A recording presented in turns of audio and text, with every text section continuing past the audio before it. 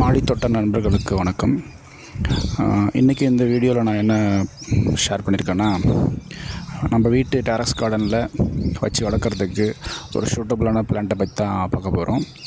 இதுதான் இந்த mulberry plant. இந்த மல்பெரி நான் வாங்கி கிட்டத்தட்ட 1 இயர் ஆக போகுது. இந்த 1 இயரில் இது வந்து இப்போது 3rd டைம் எனக்கு ஈல்டிங் கொடுக்குது. இது இந்த மல்பெரி வந்து ஃப்ரூட்டிங் வந்து இனிஷியல் ஸ்டேஜில் பார்த்தீங்கன்னா ஒரு க்ரீன் கலரில் இருக்கும். அப்புறம் 2 வீக்ஸ்க்கு அப்புறம் அதனுடைய ஃப்ரூட் வந்து பார்த்திங்கன்னா ரெட் கலரில் சேஞ்ச் ஆகும். அப்புறம் நெக்ஸ்ட்டு 2 வீக்ஸில் பார்த்திங்கன்னா அது வந்து பிளாக் கலராக மாறிடும். பிளாக் கலராக ஆனதுக்கப்புறம் நம்ம பறித்து சாப்பிட்லாம். டெரஸ் கார்டனுக்கு இந்த பிளான்ட் வந்து ஒரு சூட்டபிள் பிளான்ட் தான்.